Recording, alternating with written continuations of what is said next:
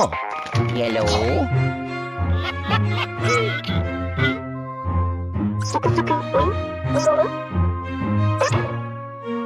Ciao.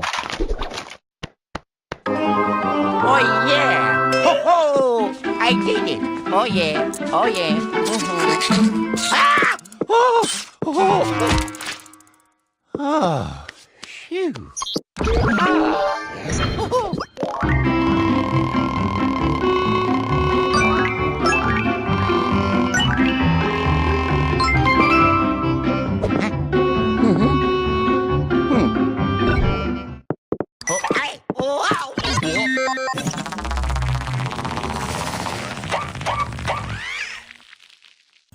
Now, with this Luigi's Mansion sequel, it could have gone one of two ways. A new Super Mario Bros. Style game where Nintendo just hit all of the same notes of the original without adding anything, or a game that took the original concept and jazzed it up with some more new features and new locations.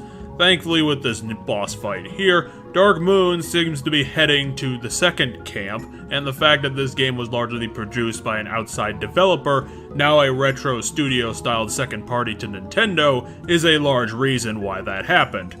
Now, the Spider Queen is a good first boss for this game, coming after about 5 missions in the game's first level, probably an hour or 90 minutes in depending. However, it isn't a good tutorial boss to show how the game's bosses are going to work, which is both a good and a bad thing. It's a good thing because the boss fights in this game are incredibly varied, unlike the original's gallery of portrait ghosts, which had 21 generic ones to figure out, a 2-second puzzle to defeat, and another 4 which seemed to be a little better but not really. However, the bosses are so varied to each other, the puzzles to figure them out can be really annoying, like in the Spider Queen's case. All the bosses in the game are giant versions of regular objects and bugs that have become possessed by a ghost wielding one of the pieces of the Dark Moon, so therefore a giant spider in the basement.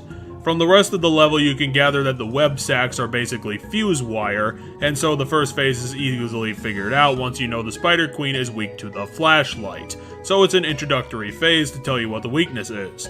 The problem is the second phase where you have to extend the flame's reach to get to the web sack. This is quite a tricky puzzle since it requires a lot of moves to get it just right. First, you have to unstick that armor on the right wall since it has access to a halberd. This has to be done with the chandelier thing on the ceiling. Then once that's figured, Luigi has to grab the web sack and carry it over to the armor, but there's little spiders dogging your entire slow trek back, which makes this a lot worse, and then stick it to the armor, spin the chandelier again, and get to the last phase, which is a lot easier again since it's more obvious. Grab the web sack, burn it, burn the armor, burn the web sack. It's just an oddly complicated puzzle boss for one so early in the game, and while I would usually give it points for this, it's just too long of a solution and has too many variables to get past the line of annoying and become a satisfying challenge.